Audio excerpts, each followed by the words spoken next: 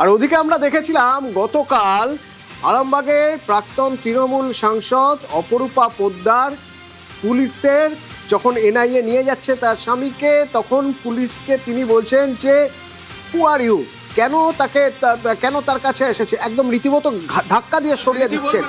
দেখুন কালকের সেই ছবি। দিদি কি বলবেন? দিদি কি বলবেন? দিদি কি বলবেন? দিদি কি বলবেন? দিদি কি বলবেন? দিদি কি বলবেন?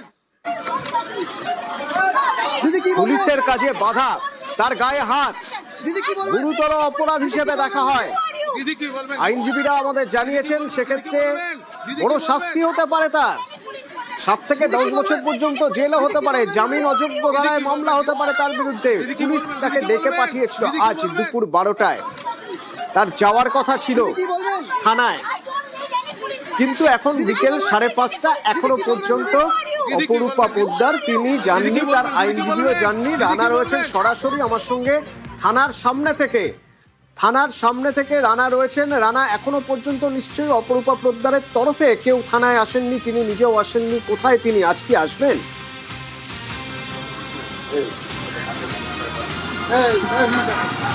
একদমই তাই অতনু। দেখো, গতকাল যে ঘটনা আরামবাগের প্রাক্তন সাংসদ অপরূপা পোদ্দার উনি করেছেন, যেটা আমাদের নিউজ 18 বাংলায় এক্সক্লুসিভলি দেখাচ্ছে যে পুলিশের সাথে তিনি কিভাবে দুর্ব্যবহার করেছেন, পুলিশের গায়ে হাত দিয়ে ধাক্কা মারছেন, তার যে রণমূর্তি চেহারাটা কিন্তু সেটা কিন্তু স্পষ্ট ধরা বলেছে। সেই জন্য কিন্তু শ্রীরামপুর থানার পুলিশ ইতিমধ্যেই তাকে কিন্তু গতকাল রাত্রে তার বাড়িতে নোটিশ পাঠায় যে আজ বেলা 12টার মধ্যে তাকে কিন্তু হাজিরা দিতে হবে। সেই মতন কিন্তু ঠিক সময়ের আগে বেলা 11টা নাগাদ মানে শ্রীরামপুরে হচ্ছে সিপি 2 কমল মাইতি তিনি কিন্তু এসে উপস্থিত হয়েছেন। আইসি রয়েছেন, মানে প্রচুর কেন্দ্রীয় মানে ফোর্স রাখা রয়েছে, বিশেষ করে মহিলা টিম। কিন্তু 5.5 ঘন্টা কেটে গেল, এখনো কিন্তু অপরূপা পোদ্দার আসেননি।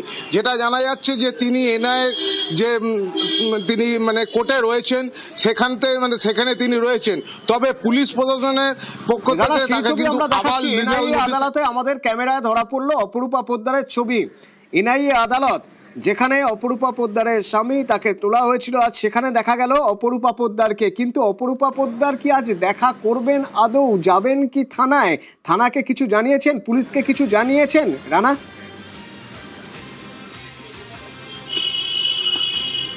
হ্যাঁ দেখো, এখনো পর্যন্ত কিন্তু শ্রীরামপুর থানাতে মানে কোনো কিছু উনি খবর পাঠাননি বা তার কোনো আইনজীবী পর্যন্ত আসেননি।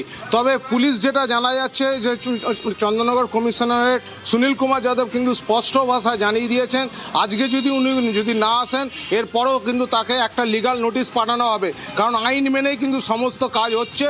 কারণ গতকাল যিনি যে ঘটনা ঘটিয়েছেন সেটাই কিন্তু একদম স্পষ্ট, সেটা ছবিতে ফুটে উঠেছে।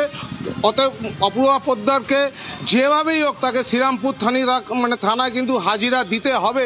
ইতিমধ্যে 5.5 ঘন্টা কেটে গেল, যেটা সূত্রের খবর যে উনি হয়তো কলকাতা থেকে এনআইএর যে মানে ব্যাংসাল আদালত থেকে তিনি কিন্তু শ্রীরামপুর এই থানাতে তিনি হাজিরা দিতে আসতে পারেন। চন্দননগর পুলিশ কমিশনার সুনীল কুমার যাদব কি বলছেন শুনবো। 12টার সময় ওনাকে অ্যাপিয়ার করতে বলা হয়েছিল শ্রীরামপুর থানায়। আমরা অপেক্ষা করব, তারপরে যদি না হয় আমরা নেক্সট ফার্দার লিগাল স্টেপ নিয়ে আবার একবার নোটিশ ইস্যু করব। তিনি তো আইন অমান্য করেছেন, পুলিশের কাজে বাধা দিয়েছেন, সেই হিসেবে সেটা নিয়ে মামলাটা হয়েছে। এই পরবর্তী পদক্ষেপ কি হতে চলেছে? লিগাল অ্যাকশন হবে, যা হবে লিগাল অ্যাকশন হবে। এই আইনি কিছু হচ্ছে না, আইনের পথে চলবে, যা হবে লিগাল অ্যাকশন হবে। তো লিগাল অ্যাকশন কোন কারণে? এই যে ছবি দেখছেন, এই কারণে গতকাল 2023-এ রামনবমীর মিছিলে অশান্তির অভিযোগে যাকে গ্রেপ্তার করা হয় তিনি অপরূপা পোদ্দারের স্বামী। গতকাল এনআইএ যখন তাকে গ্রেপ্তার করে নিয়ে যাচ্ছে তখন তার ছবি এই।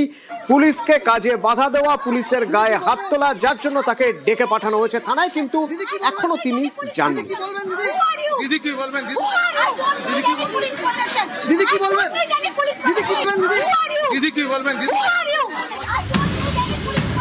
দিদি কি বলবেন? দিদি কি বলবেন?